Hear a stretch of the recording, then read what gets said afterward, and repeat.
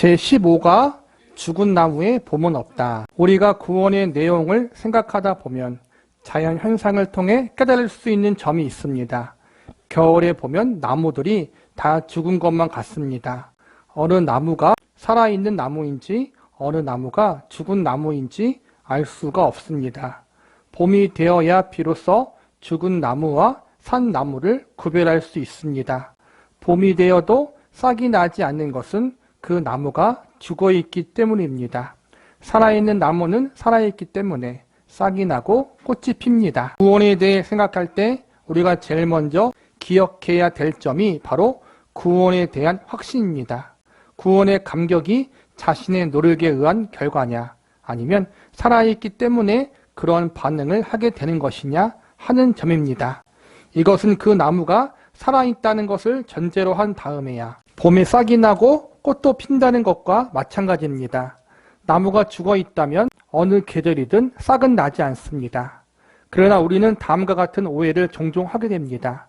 죽은 나무라고 해도 남쪽을 향해 세워 놓았더니 싹이 나더라.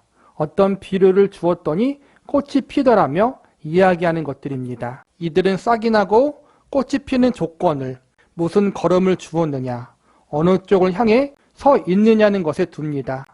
그러나 그러한 것들은 꽃이 더 잘 피게 하고 싹이 더 잘 나게 할 뿐이지 생명을 잇게 만드는 조건은 될 수 없습니다.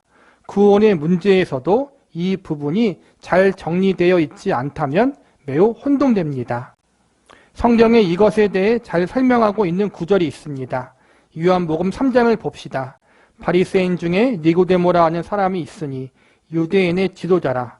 그가 밤에 예수께 와서 이르되 랍비여, 우리가 당신은 하나님께로부터 오신 선생인 줄 아나이다. 하나님이 함께하지 아니하시면 당신이 행하시는 이 표적을 아무도 할 수 없음이니이다. 예수께서 대답하여 이르시되 진실로 진실로 내게 이르노니 사람이 거듭나지 아니하면 하나님의 나라를 볼 수 없느니라. 성경이 말씀하고 있는 것 중에 우리가 이해하지 못하고 있는 내용은 구원의 조건이 무엇으로 제시되느냐 하는 점입니다. 사람들의 질문에 대한 예수님의 대답은 이렇습니다. 내가 지금 보고 있는 것은 상적인 것에 불과하다. 내면적인 것을 못 보고 있는데 그 이유는 단 하나, 거듭나지 못했기 때문이다. 이와 같이 예수님은 거듭남, 즉 중생이라는 단어를 사용하십니다. 중생은 영어로 표현하면 본 어게인입니다. 다시 태어남, 즉 출생이라는 단어를 왜 도입하느냐 하면 그것은 수동적일 수밖에 없기 때문입니다. 출생을 스스로 하는 사람은 없습니다. 출생에 관한 한 우리에게 전혀 조건은 없습니다. 출생하는 자가 선택할 수 있는 것은 아무것도 없습니다. 그래서 예수님이 거듭난다는 것을 출생에 비유하셨다는 점은 상당히 의미 있는 것입니다. 성경은 늘 우리가 죽었던 자들이었다는 데서부터 출발합니다. 그는 허물로 죄로 죽었던 너희를 살리셨도다. 즉 본질상 진노의 자녀였다. 죽었던 자녀들이었다라고 설명하는 것입니다. 그런데 어느 날 죽었던 우리들에게 살아난 자리로 온 데에 대해서는 우리가 무엇을 했다거나 어떠한 방법 혹은 반응 아니면 무슨 조건을 제시한 적이 없습니다. 꽃이 피는 나무에만 생명을 준다는 것이 아닙니다. 생명을 주었기 때문에 꽃이 피는 것입니다. 많은 사람들이 오해하는 것 중 하나가 인간이 만들어낼 수 있는 어떠한 조건이 있기 때문에 그 조건과 원리를 충족해야만 구원을 받는 것이다라는 오해를 한다는 거예요. 내가 어떠한 조건을 만들어내서 구원을 받을 수 있다는 착각을 하지 말라는 거예요. 그리고 구원에 대한 부분을 출생으로 언급한 것처럼 내가 구원을 받아야지 하고 구원받는 게 아니라 저와 여러분이 지금의 부모님의 자녀로 태어나야지라고 결심하고 결단해서 부모의 자녀로 태어난 게 아니에요. 태어나고 보니까 우리의 부모님이 있었던 것처럼 나도 마찬가지라는 거예요. 물론 우리가 예수님을 나의 구세주로 믿는 믿음을 가지고 구원을 받았고 하나님의 자녀가 되었는데 내가 구원받고 나서 뒤돌아보니까 내가 구원받은 것은 내가 어떠한 것을 이루어냈기 때문이 아니라 이미 하나님의 은혜 가운데 하나님의 역사가 있었기 때문에 그렇게 되었다는 것을 발견하게 되거든요. 내 구원이라는 것이 나에게 달려있는 것이 아니라 하나님의 은혜로 말미암아 내가 구원받았다는 것을 우리가 구원받은 이후에 알게 된다는 거예요. 그래서 성경을 특히 예수님이 말씀하시기를 구원을 출생으로 비유한 것이 이것 때문에 그렇다는 거예요. 출생이 우리의 의지에 달려있는 것이 아니라 부모의 의지에 달려있는 것처럼 우리의 구원도 출생과 마찬가지로 하나님의 의지와 하나님의 은혜와 하나님의 섭리 가운데 있었다라는 것을 우리가 알라는 거예요. 그리고 우리가 꽃을 피웠고 열매를 맺었기 때문에 구원받은 것이 아니라 이미 하나님의 은혜로 구원을 받았기 때문에 꽃을 피고 열매를 맺는 것이다. 우리의 꽃과 열매, 우리가 어떠한 선한 것을 맺는 것은 그것이 구원의 조건으로서가 아니라 하나님의 은혜로 구원을 받은 결과로 나온다는 것을 우리가 알라는 거예요. 즉 구원의 조건은 우리에게 달려있는 것이 아니라 하나님께 달려있다. 이것을 계속 기억하라는 거예요. 신자의 추나 추동. 두 번째로 우리가 또 생각해야 할 것이 있습니다. 봄이라는 계절이 한 나무에 필요한 전체의 계절은 아니라는 점입니다. 봄은 나무에 있어서 필요한 출발점이 되기는 하지만 정작 나무에게 필요한 것은 열매를 맺게 하는 가을입니다. 그러나 그렇다고 나무에 필요한 전체의 계절은 아닙니다. 봄에 피는 꽃은 참으로 아름답습니다. 하나님의 자연 섭리 중 가장 놀라운 점이라고 한다면 하나는 봄이라는 계절을 지으신 것과 그 봄에 싹이 나기 전에 꽃이 피는 나무가 있게 하신 점이 아닐까 합니다. 봄에 피는 개나리와 진달래는 참으로 아름답습니다. 신자에게 중생이란 감정은 얼었던 대지를 뚫고 나오는 새싹같이 죽었던 자리에 피는 개나리 같은 감동입니다. 여름이 오고 가을이 오면 봄의 감정은 묻혀버리고 맙니다.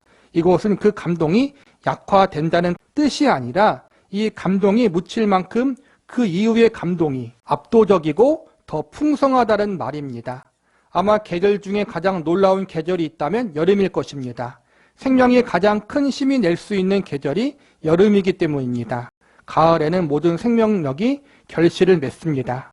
그러나 모든 생명력이 힘을 자랑하는 여름과 원숙한 이금의 경지의 가을과는 비교할 수 없는 것입니다. 모두 각각 있어야 할 자리에 가 있는 것입니다.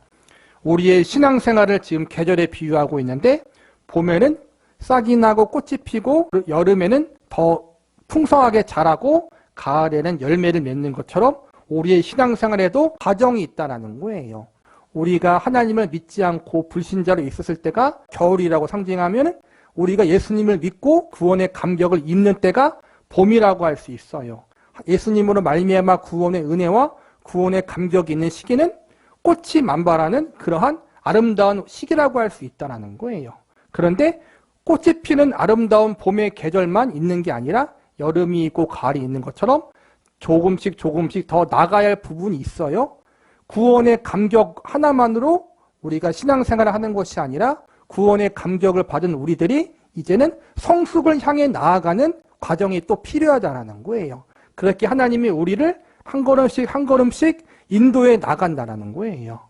구원의 감격의 꽃이라면 하나님이 기뻐하시는 하나님의 백성다운 성숙한 삶, 성화된 삶을 살아가는 것은 이제는 열매를 맺는 가을이라고 할 수 있는 거죠. 그러나 우리는 봄에 피어난 목련, 철쭉, 개나리, 계절의 여왕인 5월에 피는 장미 등의 아름다움에 도취되어 거기에 더 이상 나가기를 두려워하고 있습니다.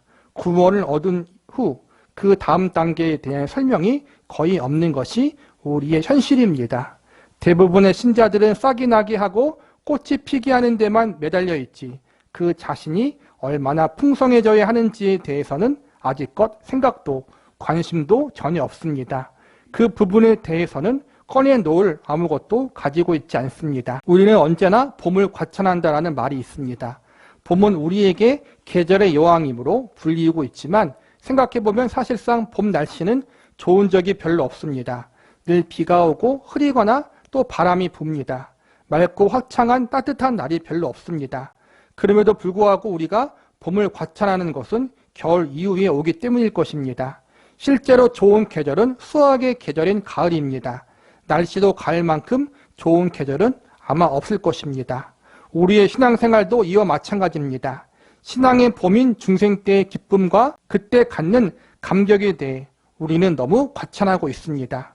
물론 이 부분은 우리가 아무리 과찬한다 할지라도 조금도 부족함이 없습니다. 그러나 그 과찬이 다음 단계로의 진전을 막게 된다면 그것은 매우 잘못된 것입니다. 구원의 감격은 우리가 죽을 때까지 가지고 있어야 돼요. 그리고 그 감격은 잊지 말아야 돼요. 그런데 그 구원의 감격으로만 끝나지 말라는 거예요. 구원의 감격 이후에 우리가 더 믿음의 성숙으로 성화로 나아가야 할 길이 있다는 것을 잊지 말고 구원의 감격을 갖고 계속해서 믿음의 성숙의 단계로 나아가야 한다는 거예요. 하나님은 우리를 구원하는 거로 끝나지 않고 하나님의 자녀로서 하나님의 백성으로서 원하시는 열매를 맺는 삶을 살기를 원하시잖아요. 하나님을 알아가고 우리의 주님이신 예수님을 닮아가는 성화의 자리로 성령의 열매를 맺는 자리로 나아가기를 원하신다라는 거예요. 그 구원의 감격을 가지고 한 걸음씩 더 믿음의 성숙의 자리로 나아가야 하는 삶이 우리에게 있다는 것을 잊지 말라는 거예요. 구원의 감격은 환희와 기쁨이 있잖아요. 그렇죠? 근데 여름과 가을에는 장마도 있고 비도 있고 태풍도 있잖아요. 꽃이 떨어져요. 그렇죠? 꽃이 떨어져야지 열매가 보통 맺잖아요. 일반적으로. 그러니까 우리가 꽃이 떨어지는 그런 아픔, 구원의 감격을 잠시 잊어버릴 것 같은 그러한 고난이 믿음의 성숙의 단계, 열매를 맺는 가을로 가는 과정 가운데 반드시 있다는 거예요. 이것은 우리가 구원을 잃어버린 것이 아니라 더 깊은 성숙의 단계, 열매를 맺는 단계로 가기 위한 하나의 과정이라는 거예요. 그렇기 때문에 구원의 환희만 우리가 신앙의 전부라고 생각하지 말고 한 발 더 나아가 열매를 맺는 가을로 가는 우리의 과정이 반드시 있다. 그리고 그 과정 가운데 여러 가지 고난도 있고 연단도 있다는 것을 기억하라는 거예요. 구원의 환희만 믿음 생활의 전부가 아니다.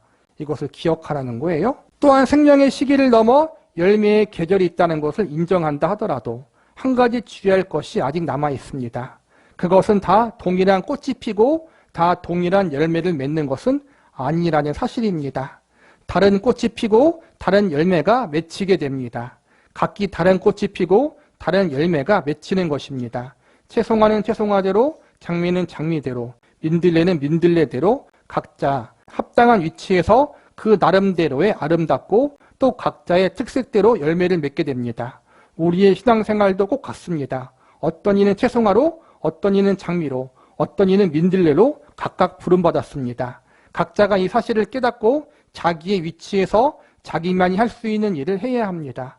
동일시하려고 하면 비교하게 되고 각자 그 사람만이 할 수 있는 독특한 사명이 없어져서 결국 신자로서의 성장을 맡게 될 뿐만 아니라 하나님이 그 사람을 통해 이 땅에 이루시고자 하는 일을 못하게 되는 것입니다. 하나님이 각자에게 주신 재능과 달란트가 달라요. 그래서 성령의 열매를 맺는 건 맞지만 그 모양과 형태가 조금씩 서로가 다를 수 있다는 거예요.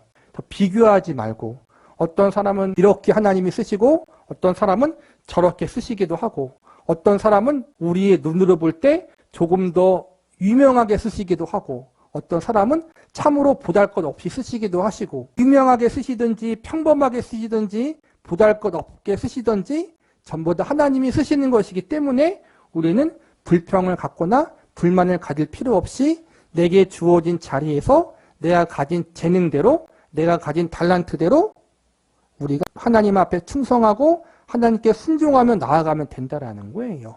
저와 여러분도 각자의 다르게 하나님이 사용하시는 부분이 있다는 거예요. 그러므로 특정한 어떠한 사람을 보고 그러한 사람들을 너무 우리가 비교하면서 좌절할 필요도 없고 너무 부러워할 필요도 없다는 거예요.